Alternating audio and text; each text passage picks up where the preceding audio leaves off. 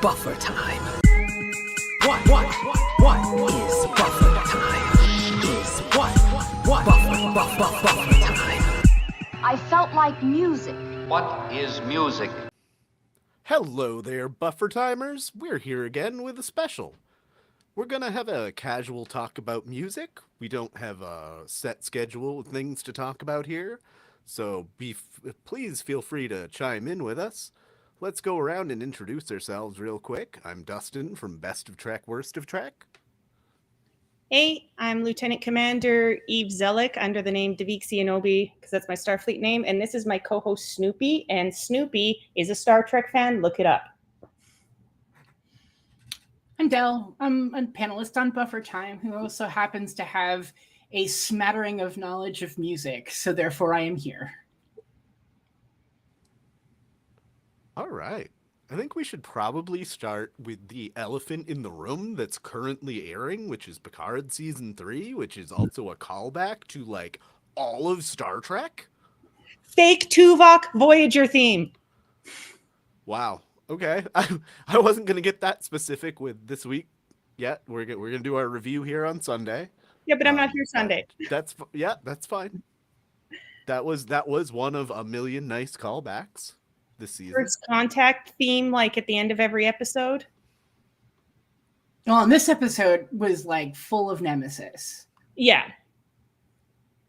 The Shrike sound being exactly like the scimitar. And which was also cross-referenced in the last episode. But anyway. Mm-hmm. And we got Pop Goes the Weasel. And we've got is in the background here and on Cambot. And then we've got the Three Blind Mice, which I have a whole thing about that one. Please go. Yeah, we're just talking. Go. Okay, spoiler warning if you haven't seen the episode of Picard, though. To be fair. Okay, so just go. Okay, so the Three Blind Mice.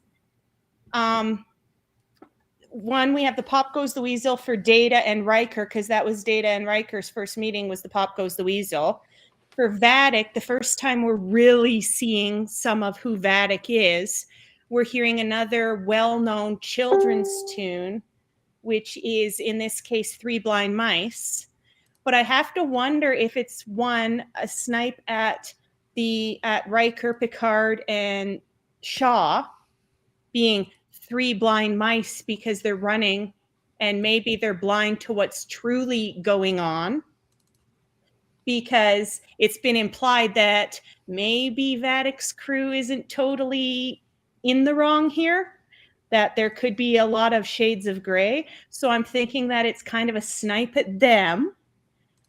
And I'm also thinking the movie Clockwork Orange, which I think both of you guys have seen that. So in Clockwork Orange, you have the thug who later became Soren, who went to the Nexus, but you had our favorite Droog, and while being an absolute thug and awful human being, he had a thing for Beethoven's Ode to Joy, as he called him, the great old Ludwig van. Like, he had nothing but respect for him. Mm-hmm.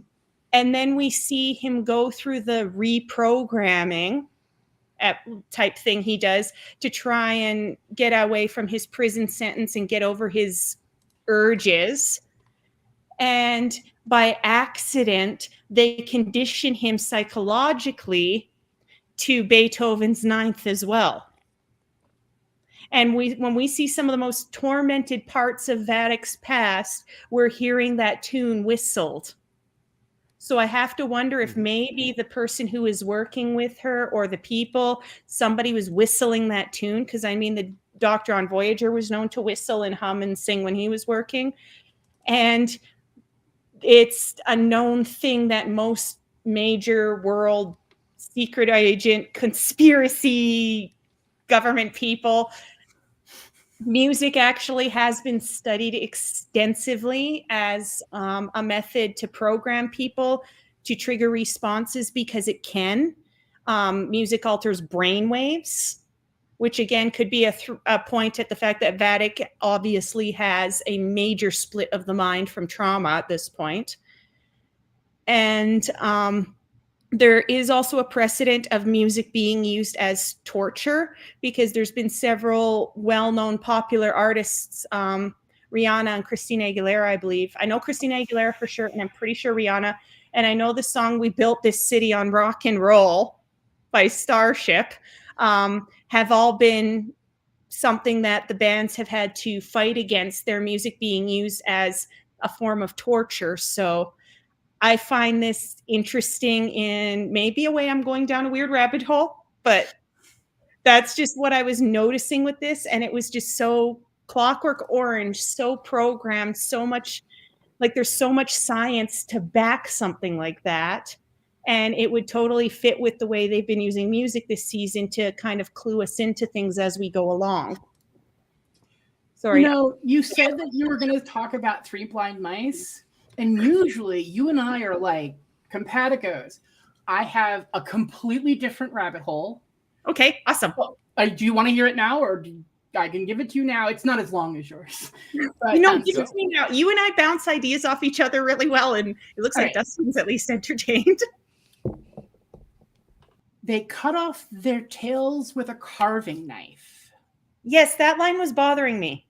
So the original cut off their tails because it's the farmer's wife. Right. We all ran after the farmer's wife. She cut off their tails with a carving knife. Did you ever see such a sight in your life as three blind mice?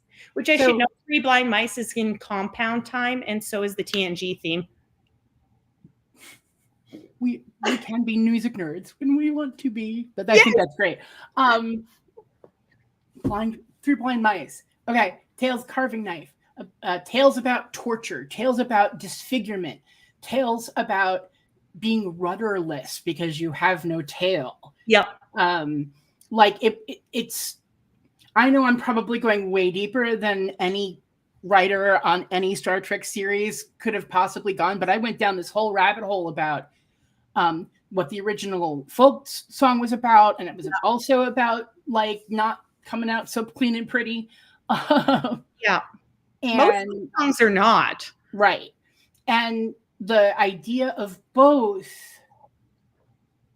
Vadic being the one with its tail cut off, as in being disconnected from the Great Link, as well as disfigured as part of what happened with Section 31. Do you want to see how I got my scars? And so I just kept going down these like really weird, I know that no writer in any writing room will make these connections. But I thought it was interesting, and it was a fun theoretical exercise to look at the act, especially since the lyrics don't show up, the idea of the lyrics having any kind of meaning. I mean, the phrase in of itself musically sets a tone, both in that it evokes childhood, and then it also has that creepy sort of childhood, but not in a happy way sort of feeling to it. So, like Ring Around the Rosie and some of the blue, well, this is more of a thing in the US, the blue tail fly. Yeah. Stuff like that. Yeah, no, I know. I totally follow you, because I'm actually working on a video all about like the dark history of a lot of folk music. And while I'm trying to include folk music from around the world, unfortunately, no offense, the US features most prominently, because the US being fairly dominant in the world scene, their folk music has proliferated further around the world than most cultures. But yeah, I want to get it. I'm actually going to do a video on that. But it's interesting that you and I both had this like thing about the Three Blind Mice, because I don't recall anyone else in the chat having a thing about Three Blind Mice. I haven't seen it anywhere. And yet it was like, I'm like, they did it more than once. Like, how can you be missing this? They're slapping you in the face. I had it written in my notes in 3 spots, but at the same time, I'm like, okay, well, that's a thing they did. Yeah.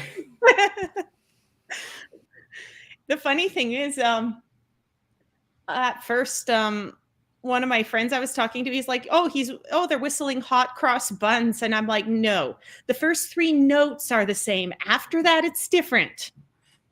But anyone who's ever learned an instrument probably can't tell the difference between hot cross buns and 3 blind mice and the 80 other beginner phrases that they teach. Yeah. I don't know if Dustin's had to survive that torture, but the recorder. No, I haven't had to deal with that one. To be fair, the recorder played properly on a proper wooden Baroque recorder is actually quite nice because it's one of the oldest instruments. The cheap plastic things that are part of the music curriculum in a lot of schools, not so much. Yeah, I'm looking at the U. I can tell you that's a $10 penny whistle. Yeah. Mm-hmm. Yeah, we should use this as the segue to get into the Inner Light and its wonderful theme that you have been guilty of playing on a flute at least once in your life. I'm not guilty. I loved it, man. It's on my YouTube channel, actually. Yes, I had a few mistakes, but I hadn't performed live in a couple years, so cut me some slack. And I was wrangling children since 5 a.m. But yeah, I'll have to send. I think you saw the video, Dustin, but I haven't seen it. I'll send it to you, Dale. It's funny. To kind of give like a brief thing, the music school I work for, she was wanting something a little more extra for the recital because some of these kids were performing for the first time, and we're dealing with what we call COVID babies, meaning kids who either were born just before COVID or were born during COVID. So I can tell you there's been a lot of things to deal with there. So we're trying to encourage these kids to go out on stage and everything. And like, it's okay if you make mistakes. Like, we just love you and we just want you to show off what you can do. And she's like, I want somebody to be a little extra. And I'm like, I got you. And she's like, what are you going to do? And I'm like, just trust me and I'll let you get bits and pieces here and there. And I said, oh, by the way, I'm going to perform my own arrangement of one of my most favorite pieces of music ever written. I said, and I'd like you to accompany me because flute players always have someone accompanying. And I wasn't going to do the piccolo because a piccolo in a small enough room without an orchestra is a little harsh. Yeah. And I have autistic kids, so I try to be sensitive to those kinds of things. But it was funny because I sent her the music ahead of time. I sent her the episode and I said, you can watch the episode. I know you know nothing about Star Trek, but you can watch the episode and you don't need to know anything about Star Trek to get it. And I'm like, and this was like a Hugo Award winning episode. This is literally Sir Patrick Stewart's favorite Star Trek moment because he acted across from his son. The fact that there's a piece of music, and this is something that me and my boss both believe in, is that music is a lifelong journey. I'll quote Harry Kim, it's the journey. Hey, I had a crush on him and learned the clarinet because of him. Go Star Trek. And yes, I told him that. But like with Inner Light, it was like, okay, so I sent her all that and I'm like, this was a big deal. I'm like, among science fiction fans and Star Trek fans, this is like a big deal. And I said, and it shows a man who, even though his world is falling apart and he knows what's coming and it's inevitable, he's trying to pursue this one thing, and it all surrounds this little tiny flute. And I said, he doesn't really play the flute on the show. It's plugged and it's dubbed over with a piccolo. And I said, and I really want to do this piece because I really love it. And she's like, okay. And she's like, do you have anything Star Trek I can wear just so that way I fit in with you? And so you guys love this because she doesn't know Star Trek at all. But one of her best friends who I taught guitar to for a little while is hardcore Trekkie. And he was there. And so I gave her a Discovery one. So it was quite big, Command Delta. And I said, here, this will fit on your dress like a brooch. It's a magnet. It'll look great. No one, fans will get it and everyone else will just think, oh, it's a cool brooch. And she goes, what does it stand for? I said, well, that one means command, means the boss, means in charge. And she's like, okay, I like that. And then she put it on upside down. And I'm like, it's upside down. It's upside down. You better turn it around. And she's like, oh. And then she told me this week that her husband, the hat, because I forgot to get back for her. So her husband decided to wear it to be funny to something. But he pinned it on upside down and their friend was over. And he's like, damn, you two got to get this right one of these days. But anyway, sorry, I sidetracked. So to be extra, I literally came out. I was dressed like a Christmas tree because I do that for my kids and I love that. And I was holding up my batleth and yelling, "Glory to you and the piano." And the first time, because I had to do this 3 times, 3 different performances, the first time I did it, she just jumped because she didn't know what I was doing. And yet everybody went wild because the ones who knew, and the ones who didn't just thought it was fun. And afterwards, we had the kids taking pictures with it. And I had posted in a Star Trek music group I'm admin of that I was playing this piece, and Look, Jake Hadaway's wife was in it. look. Oh my God! There she is. That's my friend. Yes, I found it. That's one of my friends, Tim. He's actually my karaoke buddy. But this was the infamous performance night with you and your batleth, correct? Oh yes. But it was funny because the same Star Trek friend of theirs happened to be sitting next to 2 of my friends from Starfleet that I'm really close to that I asked to come see me. And so he had already seen me do this act once, and then they came in. And so when I came out, he told them, he's like, "Psh, you got to see her act." And they looked at him and they're like, we know her. She's our friend. So, and it's funny because I was posting about doing this in the Star Trek music group, and I didn't know that Terry Potts Chataway was in the group. And immediately I felt like, oh crap, like, to quote An a actual Star Trek composer. Yeah. No, I was thinking, like, sheer fucking hubris on my part. Because to me, like, I also saw, I was at the 50th anniversary concert for Star Trek here in Calgary, and for the Inner Light segment, which had me bawling, and a lot of people in the audience did not have dry eyes. There was a lot of sweaty eyes that night. During the Inner Light segment, they did the full 7 minutes or so of it, and it was all the Star Trek actors who had passed at that point. I would be in tears too.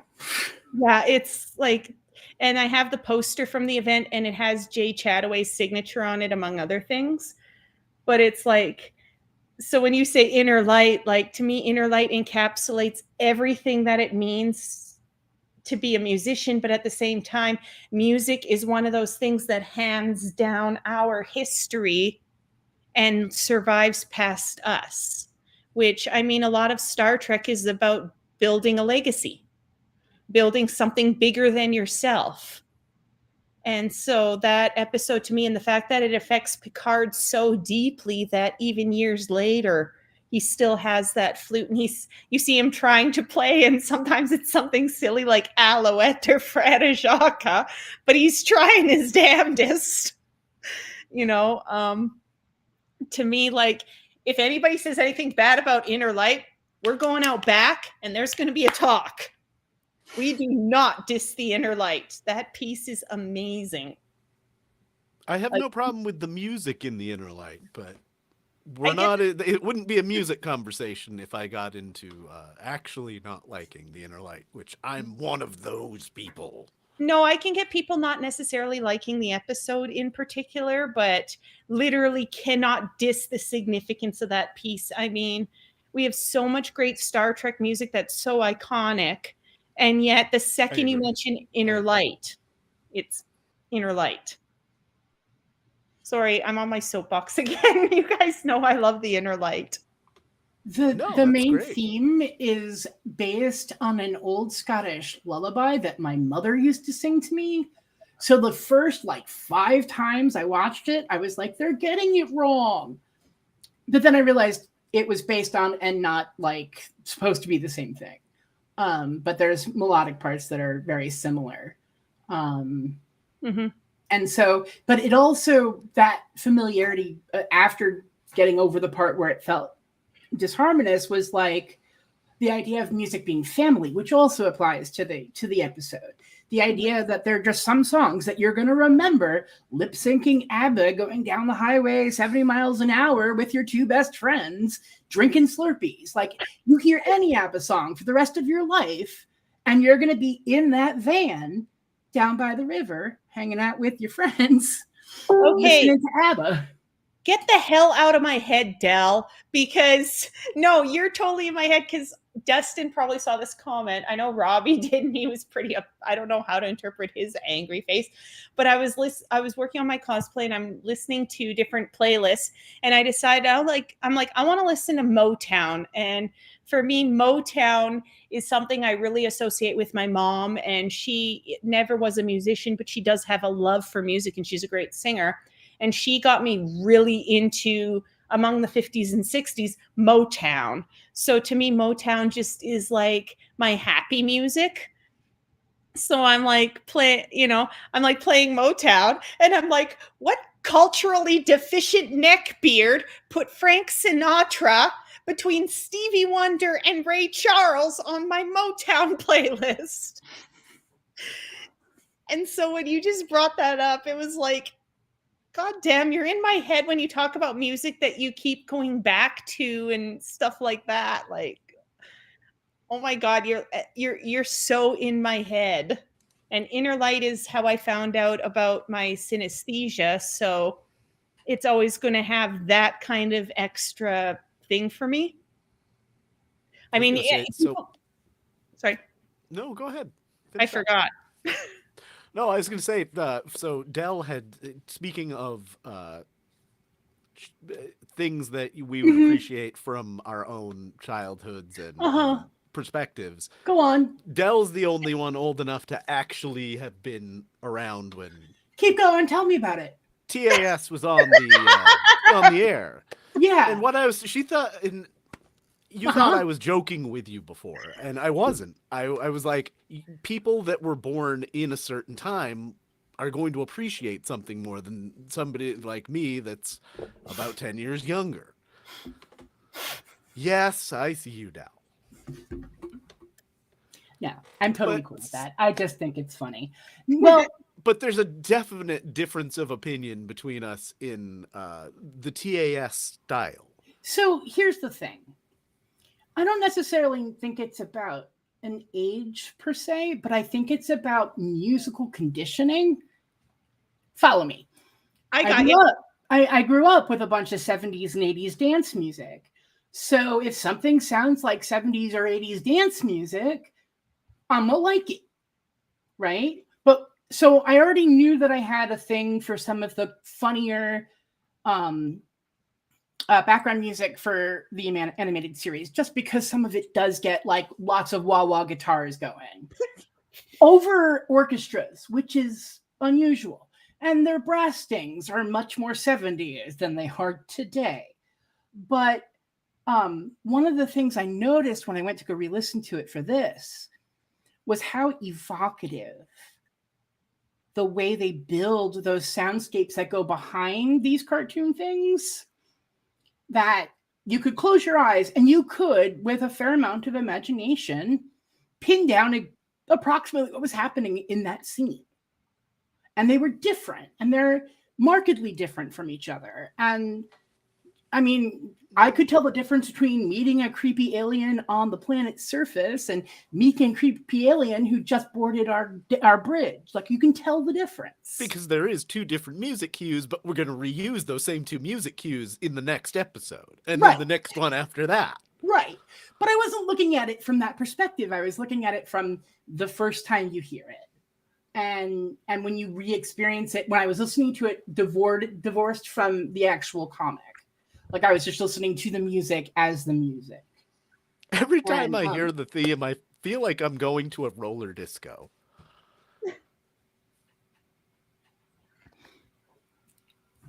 I have been to a roller disco. That does not surprise me in any way, shape, or But, form. like, And that is wonderful. I'm only 10 years older than you. That would have made me like 5 at the time, and I was not. I went to a roller disco when I was 16 because there was still one in Vancouver. Okay, that's fair then. Again, because like Canada's like 15 years behind us Oh, bugger in off. trends. In trends, you guys generally are. Be careful. We burned the White House once. We're the only country to ever do so. We're the only country to ever invade the U.S. and win. So. We even have a song about it, and I've played it. I was waiting for you to say, and here is how it goes. No, I'll save that for my channel. Okay, so Tell me about something or I'm gonna die. Tass is my blind spot. So if Dustin's got thoughts, go for it, because I watched it once for completion, and I am so glad that, you know, I had things to help me get through it, because it was so freaking. I don't like it. Of all of our chats, I did not expect to get broken by music and track. Sorry. I actually, I've got the confession. It's the only series I have not even seen for the sake of completion all the way through. I've seen 6 or 7 of the best and absolute worst episodes of the series. And what I've seen is, yeah, especially with in the music, like it's the same music in every single episode. They went as cheap as humanly possible, and you know you're watching something from the mid to early 70s. It's incredible. To be fair, though, it was geared towards younger audience, as far as I recall, and with a younger audience, like, I mean, I'm not talking like children, but I'm talking just younger, like maybe not adults. I mean, it was in the Saturday morning, you know, eat your cereal block of cartoons. Yeah. So, and the thing is, as somebody who works with kids in music, kids love that simplistic, repetitious, predictable thing. They don't want change. Like when I DJ a kids party, they don't want me to remix or, you know, scratch or anything. They want to hear the song exactly how TikTok has it and not a single deviation more, because that's what they want. They love the predictability and the comfort. So it makes sense that a Star Trek show, because Prodigy does this too. Prodigy actually, I've noticed, follows the same thing as TAS for this, where that is noticeable. Yeah, they use what somebody in my line of work would call character music, meaning they come up with a little riff, a little line or two, a little thing that, you know, will automatically, by the way it's constructed, evoke a certain emotion or response, and they repeat it because kids love repetition. That's how they learn. I mean, kids learn how to speak through repetition. Like, they love it. I think the point I was trying to make was closer to using repetitive themes and how that also goes into what we've been talking about with this current season of Picard.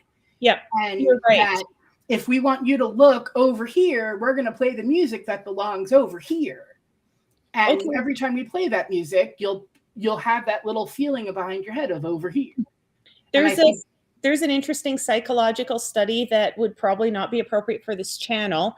So if you guys remind me after, I'll share it with the group. It's not really bad, but it's an actual psychological study I ran across, because of course I'm always studying the psychology that goes into music and what music can do, because it's my job. So remind me after, because I don't want to put it on the YouTube channel and accidentally hurt us. Okay. I will say one thing, because you guys brought up TAS, and there's one thing about TOS. I had a music moment that I wanted to share about TOS. Please do. So the first time, like, I mean, I heard the theme. I was a teenager. I was seeing syndication. I'm like, okay, this fits the time. It sounds kind of spacey. I get the theremin. I get all this. And then I ran across the theme song for the first time in a music book. And I'm like, why the heck is there words to this? There was no words in this song. Like, what's going on? So I did a little digging. Yeah, Gene. And I found out that Gene Roddenberry, of course, decided to take advantage of poor Alexander Courage, who was an up-and-comer at the time, and write lyrics so he could claim royalties, or what we call in the industry, change a word, get a third. And I mean, this came up even in a class I took on music copyrights as a cautionary tale. So, I mean, just, you know, it is out there. So this, as you guys know, I'm trading my Star Trek music scores that are legally published for anybody listening. I work with a publisher. My Star Trek scores.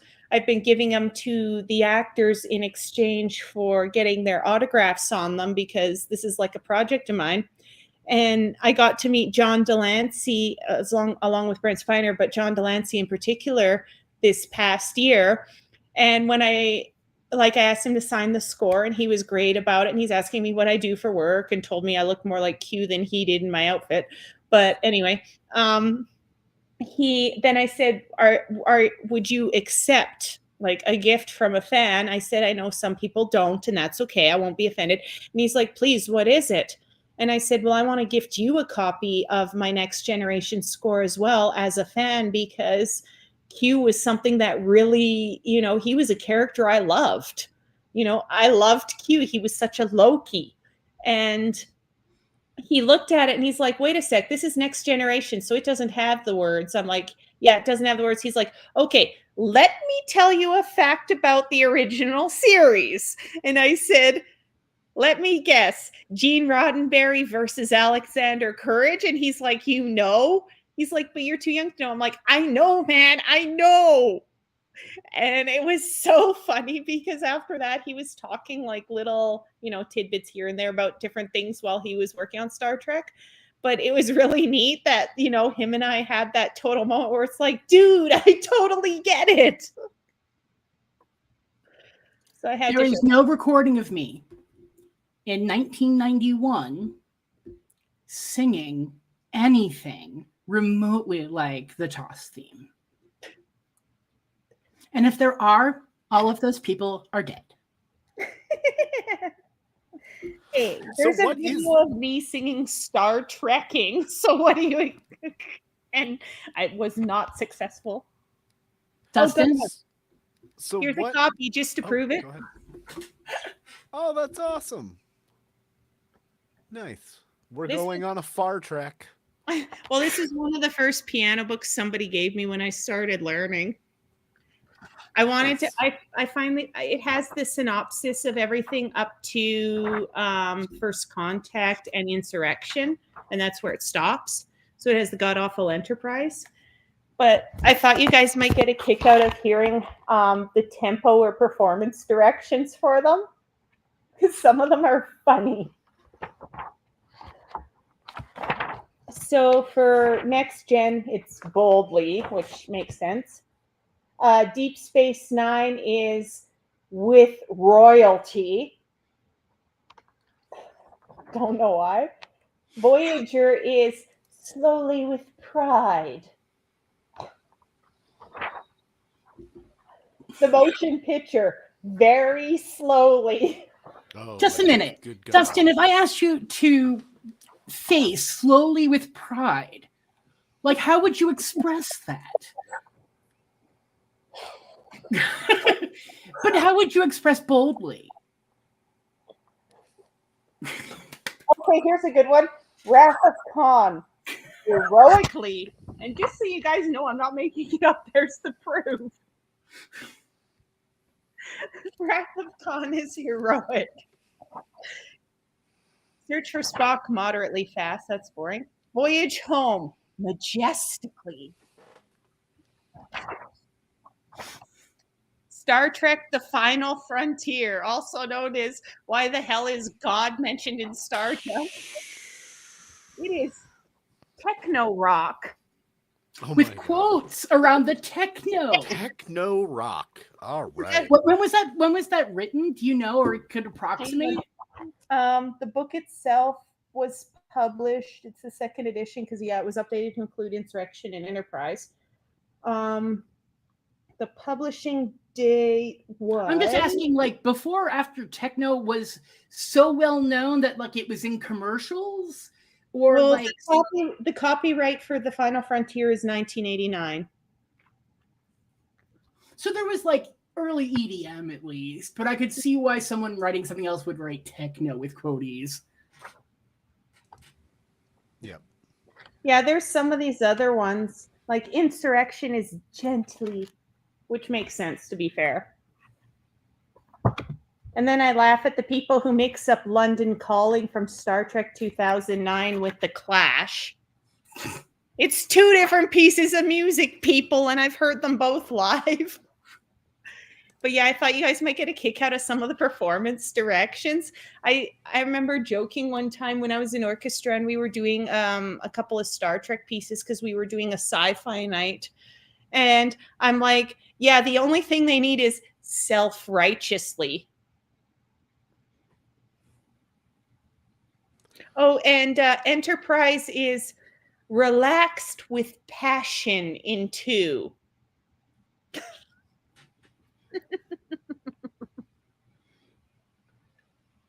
But you know Well, that what? gives me faith.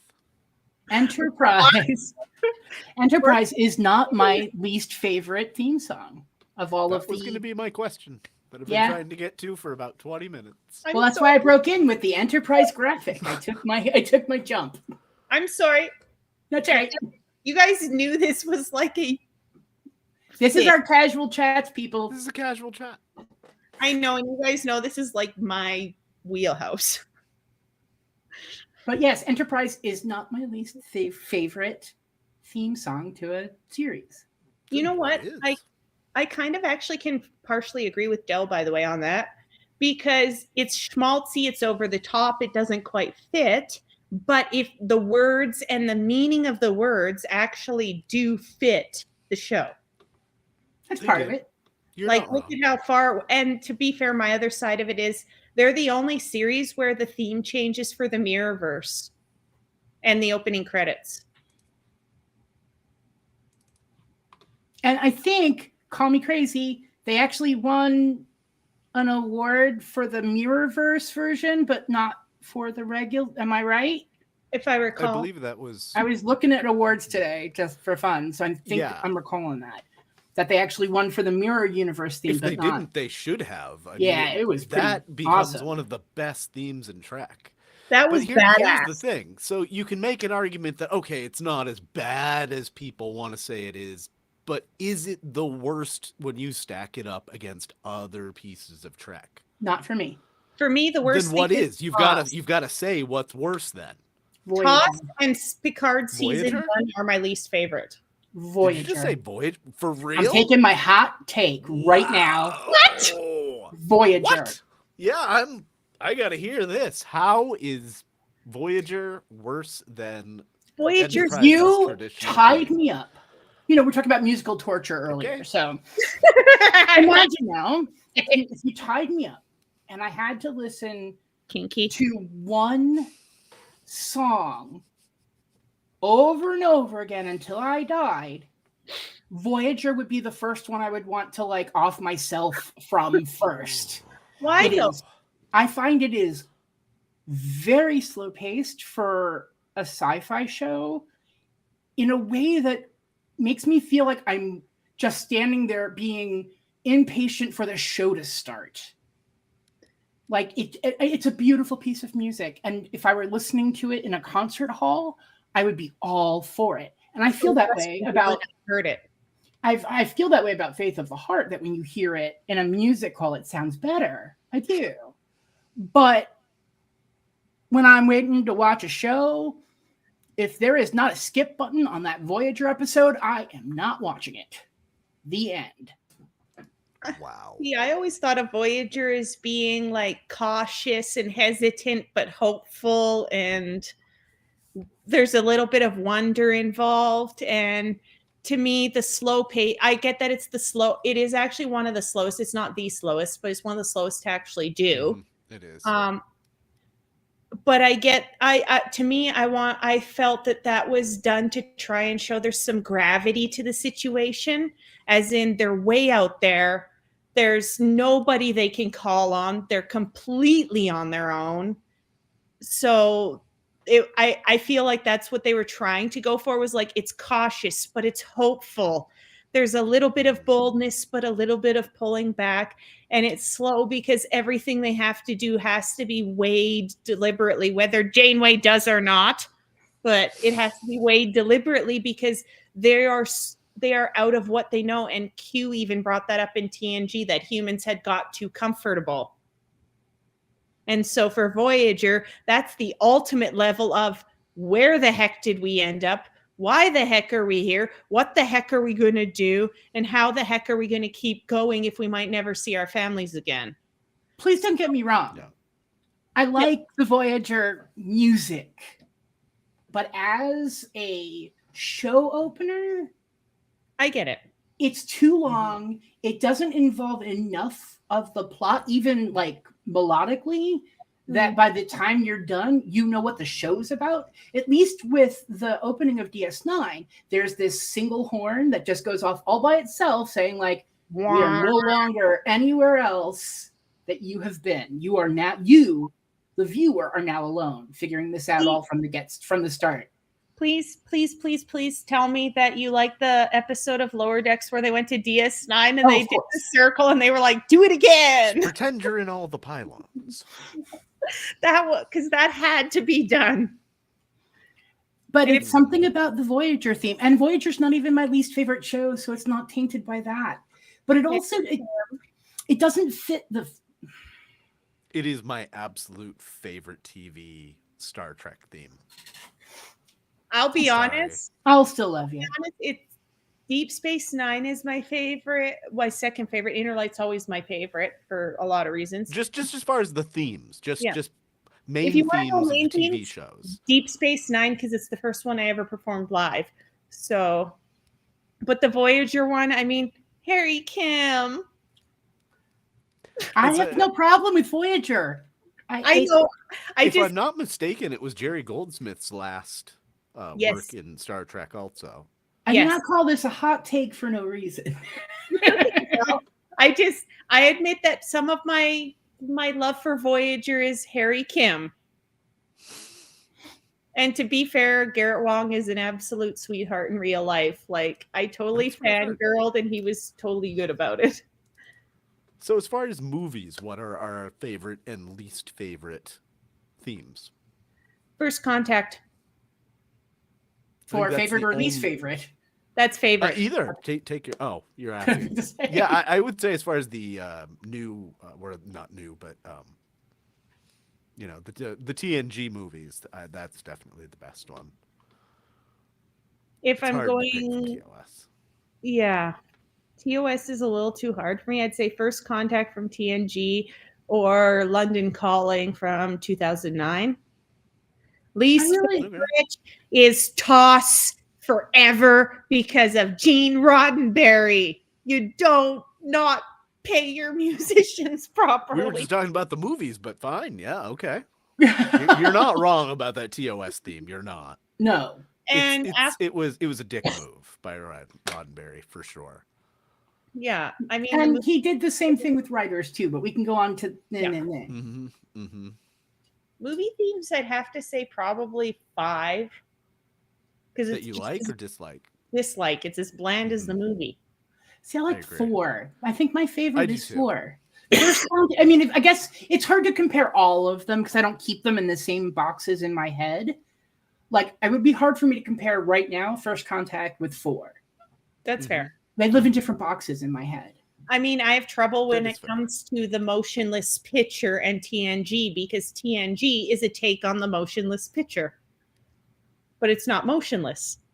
I do think it's great that the motionless picture has the distinction of being it wasn't the last, but it was the last big budget Hollywood movie to have that pre-credit orchestral piece. And that was like the end of an era and the end of a tradition. I respect that. I can't. That movie, I can't. I can't either. I will say in the new director's cut version of it, it's more watchable. They've fixed some of the problems, and specifically with the audio, one of the biggest problems was that it was always like you got to hold that remote and you got to turn it up and you're going to turn it down through different parts of the movie. They leveled it out really nicely in the new director's cut. Okay, weird thought, just because TOS is brought up and now I'm thinking back to the children's songs. Row, row, row your boat gently down the stream. Merrily, merrily, merrily, merrily, life is but a dream. Sing it, Spock. And in general, Star Trek, one of the things we had on our just short list of random things to talk about today is that anything in the public domain, Star Trek has always been all about. I mean, Shaw listened to Chopin. And while Shaw listening to Chopin is awesome, it still doesn't fit with what his character says in that scene. But I got to admit, the man's got taste because I love Chopin. So the thing about that sort of thing that makes me laugh is that, like, when Star Trek is obviously avoiding a copyrighted piece of music by substituting another English piece of music and not like say, well, here's how the Klingons sing Happy Birthday. No, we're going to sing for He's a Jolly Good Fellow instead. I don't know. That just always stuck out to me. There's a reason. For He's a Jolly Good Fellow is an updated version of an old folk song that's been used with multiple melodies, and so it's public domain. Happy Birthday only came into the public domain in the last decade. You're making my point for me. Okay. I was saying in the 1980s, instead of singing something other than Happy Birthday, they could sing something. They wouldn't use the same tune. They would say, back in old Vulcan days on Vulcan, where I was a Vulcan, we sang this song every day, every year, celebrating the year we were born. And this is how it goes. I'm not Happy Birthday. That was my point. Okay, because for He's a Jolly Good Fellow was the original Happy Birthday song. I know, but I'm never mind. Okay, well, I'm sorry. I'm probably that is Dell's exactly right. That's why they used it specifically in that like Klingon episode. Yeah, where Worf is getting bombarded with a surprise party, but they don't know how to. They can translate Happy Birthday into Klingon, but there's no Klingon birthday song. Well, I mean, you haven't heard it till you've heard it in the original Klingon. Yes.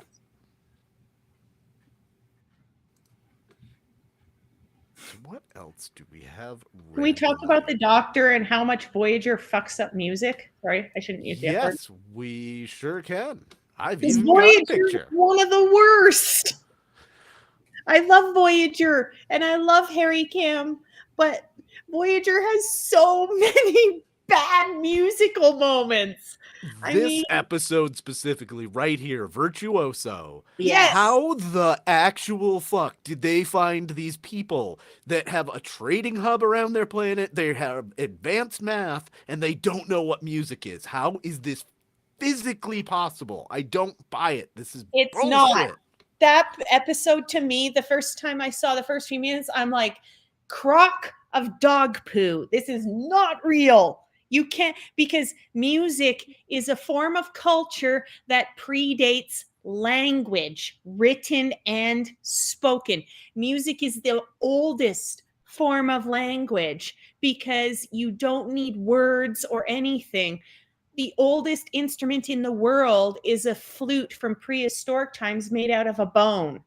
Like, to me, this episode just totally angered me. And there has been a debate recently, I know, especially among writers and AI and artists and AI, like AI generated art and all that. And I don't know enough about it to get into the specifics, but I do know, musically speaking, even now in music training, when it comes to piano, the preference is always upright, grand piano, acoustic over anything digital, because digital just isn't the same. There just isn't that organic, slightly different, touch to it. And I mean, we do have things like Hatsune Miku Vocaloid. And if you know what Vocaloid is, Dell's nodding. You following, Dustin? Yes. Okay. Yeah, we have things like Vocaloid, but I mean, if you're generating it with a computer, and I mean, my nephew who's a teenager could sit there and generate pop songs with a computer. Is it really music anymore? Like, you're losing that little bit of what makes music because they have actually No, there's actually proof, and you can look it up. There's proof that acoustic music has a much different effect on the mind than programmed computer-based digital only. But if I'm going for the latter, then why wouldn't I use electronic music for that? Yeah, there's a couple. I mean, that's what I'm saying. Here. I mean, there's it depends on obviously the sound you're going for at the time. Yeah. But also I've got some personally I've got some really good processed pianos that purposely there's a little bit of scent variation, and every time you press the key there's a little bit of extra noise added every time. And yeah, there's what you're talking about, and I think it's gotten better in that respect, but in general you're correct. It's not, I don't think it will ever be a replacement is what I'm saying. I agree with No. you, but I do think it has its place. I can get that. I can't Yeah. handle a lot of electronic music because it's sensory overload to me. I think a good way that you and I would meet on this is if we talk about auto-tune versus vocal. Oh, Jesus. Oh, here we go. Oh my God, we're 50 minutes in and we just got to auto-tune. Folks, book another hour. We're gonna be here. Sorry. Trust Please me. go. I was actively deciding whether to bring that up or not, but then I was like, if we're talking about synthetic music, there are some auto-tuned pieces that are beautiful. Yes, I won't. Fifth Element, the opera singer in Fifth Element is a beautiful example.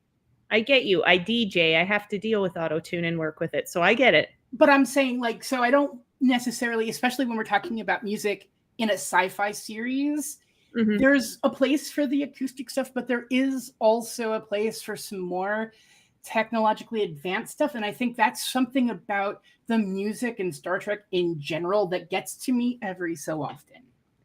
It's like everyone listens to music that can be created on the instruments we own today or that are very similar to them. And nobody is stretching, or at least that we hear as an example on the show, stretching the ideas of tonality and timing and things that normally would be inviolable. Why would they not be changed and morphed and played with, 100 years from now? And so that's where sometimes I feel like maybe Star Trek falls too much in the acoustic category. I mean, I'm not saying it's bad. I'm just saying I a get sci-fi show sometimes. I just like the idea that in the middle of all the technology, in the middle of all the advancement, in the middle of all the cybernetics and everything that is inorganic, that there's still a need for the soul and the passion, because that to me is what the core of music is. I would rather listen to somebody who fumbles the odd note here or there, but plays with all their heart, than somebody who can perfectly replicate something every time. Because you don't get that little bit. And I like the idea that even in the future, they still need that connection to bring them back to who we really are at the core, who we really descended from, things like that. I like that little bit of, I don't want to say humanity, because in Star Trek there's multiple aliens, but a little bit of personality. I'm trying to be I don't know. And the Doctor really gets me because he fumbles music several times in the show. I mean, Robert Picardo, as far as I know, is musically trained. But Little bit, y'all yeah. were the ones who brought up this episode. So if you want to talk about auto-tune, we can talk about this episode and about how a hologram decides that auto-tune is not acceptable. Oh, trust me, I love that part. I know, but I'm just saying, as we're talking about this and sort of weaving it in and out of Star Trek in general, I think it's interesting that we're talking about this particular episode when we bring up auto-tune from a different conversation. That's what I was trying to say. Mhm. Yeah, but you and I usually play off each other pretty well. Yeah. I mean, the Doctor in general, like I say, is out of all the musicians in Star Trek, I love Robert Picardo in the role. I love the Doctor, even when he's being an absolute, he's got no bedside manner whatsoever. But I love his passion for music, and I have to think the writers completely did him wrong. The writers really let him down. Because I mean, there's that one scene where he's teaching Seven to sing, and he pulls up those notes on the screen, And it's not the right thing. yeah, they're backwards and upside down, and there's no time signature, and it's like, what the heck? You've got It's in the wrong key. Yeah. yeah. And then he gets the meaning of "You Are My Sunshine" incorrectly initially, because Mhm. that most people. It But is not a happy song. no, it's not. To be fair, though, most people think it is, and they sing it to their children and stuff. And I'm going, it's a breakup song about a divorce. Like, come There's on. a second verse. Goes There's- nothing like the first. Yeah. A little bit louder. Whole lot worse. Yeah. And then the scene that really gets me, and I can't remember the title of the episode, but it's the one where he's having a lot of his fantasies and he's singing his great opera performance in the like dining area. And Tuvok goes into Ponfar and he starts off singing. And what he's singing is Verdi's La Donne est mobile, which means woman is fickle. But he describes it as a song about a man singing about his long lost love. But the thing is, in the play, the guy singing the song at this point is drunk. He's an absolute a-hole who treats women like garbage, but then blames the women for not wanting to stay with him. And he's tricked the titular character Rigoletto, which is what it's from. He's tricked him into killing his own daughter. And when he finds out that he's killed his daughter, he hears the Duke singing this song in the background saying, women are fickle and women don't treat me well. And poor me, poor me, poor me. But he's claimed this is a song about a guy with his long lost love. And I'm going, no, this is a guy who like really needs a life. But can we also agree that that is probably the best use of opera in all of Star Trek? I will give it that. The performance is amazing. I'm It's just like, awesome. it is, and the love that joke. parody, yeah. Tuvok, I understand. Yeah. And in a are weird that one. way, I think that the Doctor also kind of opened up opera to some people who would listen to Yes. Data play violin but wouldn't listen to someone sing opera voluntarily. I thought because I always kind of move back and forth between why are we still playing music from the 1800s, but I get that it's a TV show made for humans that are living today, et cetera, et cetera. And when we put modern music into something that we would listen to today on the radio, it time locks us until such time as that song becomes a standard and then becomes classical music. So I don't mind so much when they talk about like, hey, I listen to classical music. I listen to Billy Joel. Like, that's funny to me. But if they say, I listen to classical music, I listen to Beethoven, like, I still get what they're trying to say, but it just doesn't fit the sci-fi as much to me. I don't know. You do know Yes, that people in the future can like classical music, but there's language here that needs to change somewhere. you do know, Del, that on the probes they've sent out, they've included classical music because it would be the most easily to be interpreted by other aliens. It's easiest to break down by math. I get that. I'd like to take what you were just saying, Del, and use that as a segue into something that I had thought going into this, that season 3 of TNG is probably the worst music and music cues across all of Star Trek. And a lot of that is that they tried something different outside the normal orchestral formula. They It's did popcorn. a lot of late 80s, early 90s Yamaha synths. And so here's a 1-minute clip that I did that's 3 seconds or less of every episode of season 3 of TNG. And when we're done, I'll go through the ones that I like and don't like. But what I found was that there was more that I did like than I thought.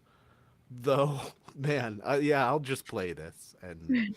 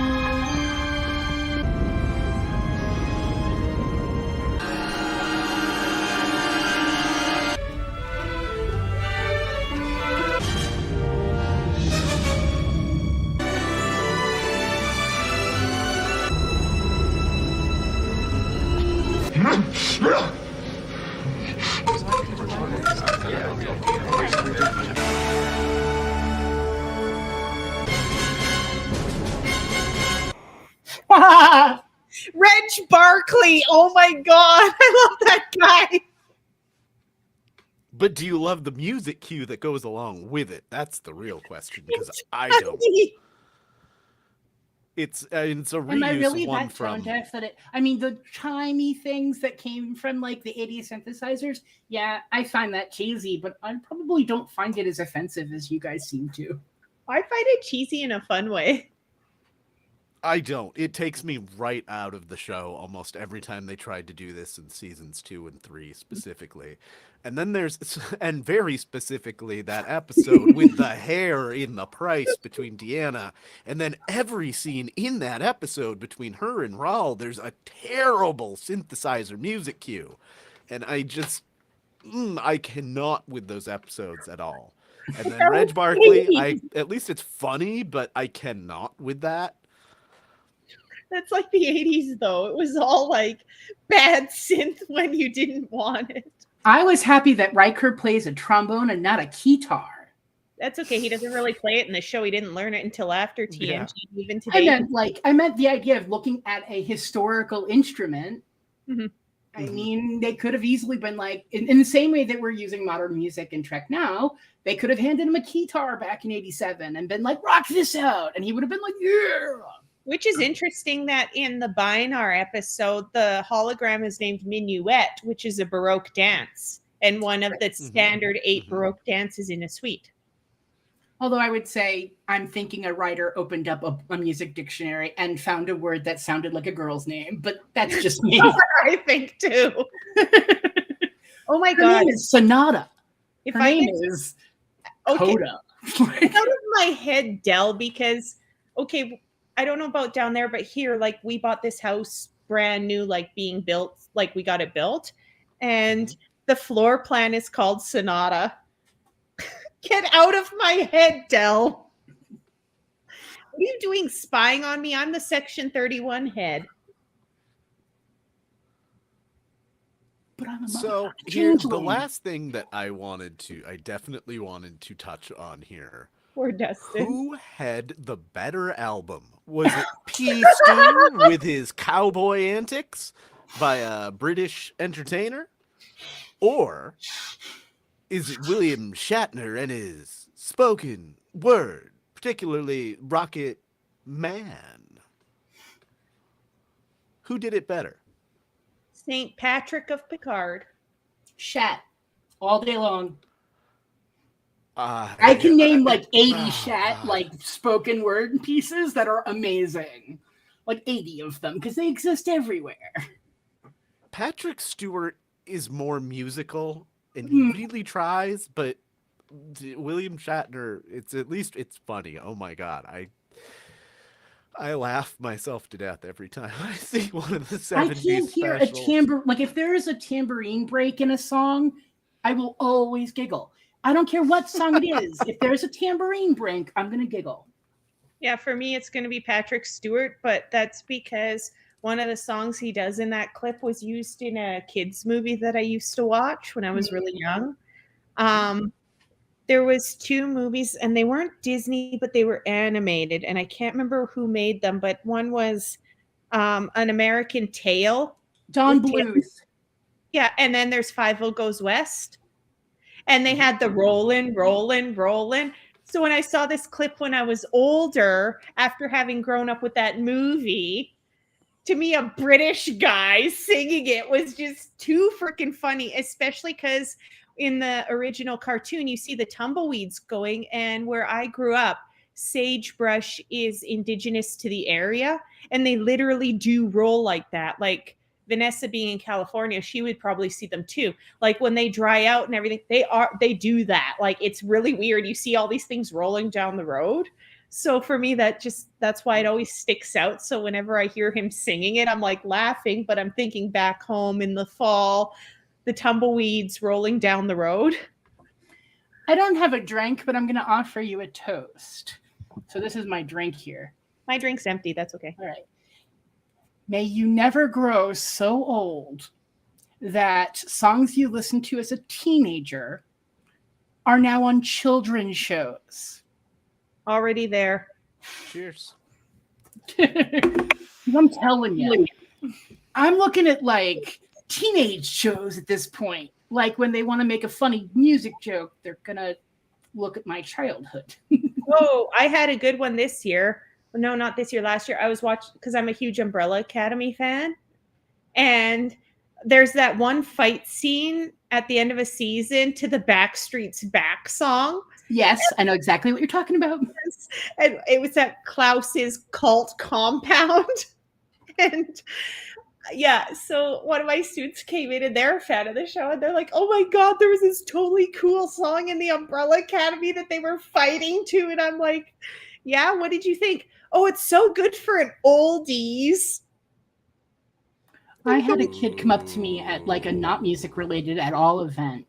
I'm like, and I was say, a teenager when Shots that fired. and they said, Del, I really think you'd like this new band I heard. I think it would be super like into the stuff that you listen to. They're called Megadeth. Really? Tell me more about Megadeth. No. Oh my God. It's like Real life story TM, I'm telling you. okay, it's like every Christmas, one of my new students will walk in the door, jingle bells, Batman smells. And I'm going, kid, I sang that when I was your age. And they're going, no, it's new and it's cool. And I'm like, no, it's not. No. Been there, done that. But that could be our divide about between P. Stew and Shatner, is that Shatner just reminds me of my history, where I feel like sometimes that's making fun of it. So yeah, no, I'm Canadian. Shatner's your problem now. He's lived there long enough. We consider him your problem. that's fine with me. We consider him a national treasure. No, The one that you have to look for underneath the Declaration of Independence. We hide it. he's a risk. Risk is why you are out here. Risk. God, every time I think Shatner, that's the speech that comes to mind. Because I remember seeing that when I was like 16, and I'm like, what the heck? I'm like, they're paying this guy to say that. I'm like, now is this real, or is he just that naturally that hammy? Like, It is Yes. now a note when we are evaluating new teachers. There is a checkbox for too Shatner-like, because in the stuff that I'm usually involved in teaching, there is a specific cadence you want to meet, and you want to be in that cadence, but you want to make sure that cadence doesn't stay the same all the time. Yep. And that it doesn't turn into Shatner. That's a terrible, but you get my point. oh, trust me, somebody So there's no box that says too Shatner-like. there was somebody up here who made a thing comparing Justin Trudeau speaking to Shatner, because Shatner speaks like this, and we all know that this is how the Shatner is. And Trudeau is, yeah, the government, government, so somebody was comparing the two. All right. Well, unless you guys weird.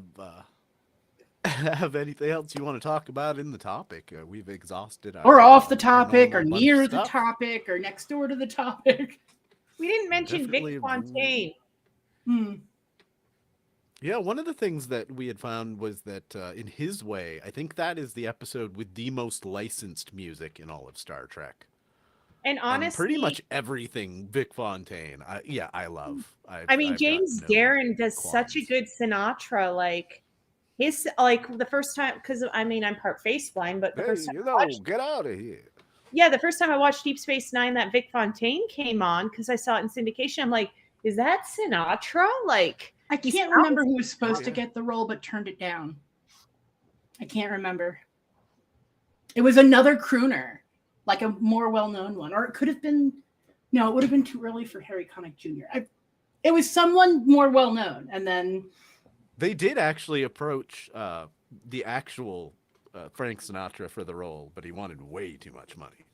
That's kind of too bad because yeah, James Darren did a great Sinatra. Like his Sinatra's amazing. And there is a joke I saw on Twitter a while ago where somebody was saying if they ever need to cast Vic Fontaine again, they should just go with Michael Bublé because he's now the new Sinatra. I'm already having enough problems with Josh Groban being Sweeney Todd. I can't have any more of that today. Josh Groban's not what? Josh Groban is now going to open in a revival of Sweeney Todd on Broadway as Sweeney Todd. Okay, because I was going to say that was Johnny Depp who did the role in the movie. Oh no, I'm talking about they're opening it like in a month or two. Oh my god. Huh. Yeah. I mean, he's a nice vocalist. It's just there's a visceralness. Anyway, I'm not getting into Sweeney Todd. I like Sweeney Todd, but yeah, I'm just trying to picture it and I'm not picturing very well. For a second, though, I was confusing him with Josh Gad, Oh, different. which Josh Gad is quite brilliant. Yeah. I mean, Anyway. his LeFou in Beauty and the Beast was hilarious. But otherwise, I think we're done talking about music. But yeah, I and had to bring track. up Vic because we forgot Vic. And Yeah. I'll be honest, I think Vic really added something to Deep Space Nine. I mean, he I was do there too. for Nog. And I mean, there's the episode where they all go in to help him take back his casino. It felt like a location that wasn't in a holodeck. Yeah. It And felt like Mhm. it was a club they could go to, like on Earth, if they were closer to Earth or whatever, that they could hang out in. But it And- didn't have the impermanence feeling of like a holodeck setting. The Yeah, other so- thing is you just made me think of when Cassidy, like when Cisco didn't want to go visit Vix, but Cassidy was a fan. And he's like, but back in the day when that existed, our people wouldn't have been allowed in. And she's like, but this is how it It's a could holiday. have been. Yeah. You know, why would you deny yourself now? And so, I mean, for me, my favorite Vic episode is the Bada Bing Bada Boom one. And not just because Esri's adorable in the outfit, but I mean, anything Vic, I'm like, I could just sit here and like rewind his singing sequences over and over. Or you You're could not watch wrong. The Siege of AR-55 and That one, yeah, I Ah. start seeing Nog and it's like, Music no. to die by. yeah. That was an interesting concept Star Trek did. And it paid off. It paid It off did. really well. You're in not the first to do it. post-episode. Soylent Green. Mm. Because in Mhm. Soylent Green, when his friend goes into the pod, you're not only allowed to choose your colors and visualizations, you get to choose your music. And you just made me think of that randomly. I'm sorry, I did not mean to bring up Soylent Green, but it just popped into my head when you said It that. is people, after But all. it was music to die by. All right. Well, we have run long and we have talked lots. I think we've had some fun here. I don't know about you. I'd like to thank my co-hosts for joining me this evening for a casual chat about the music in Star Trek and some other things too. And we will catch you Sunday afternoon at 2 o'clock Eastern. And we will talk about Picard, episode Mountain. 7. The new episode this week. Until then, live long and prosper.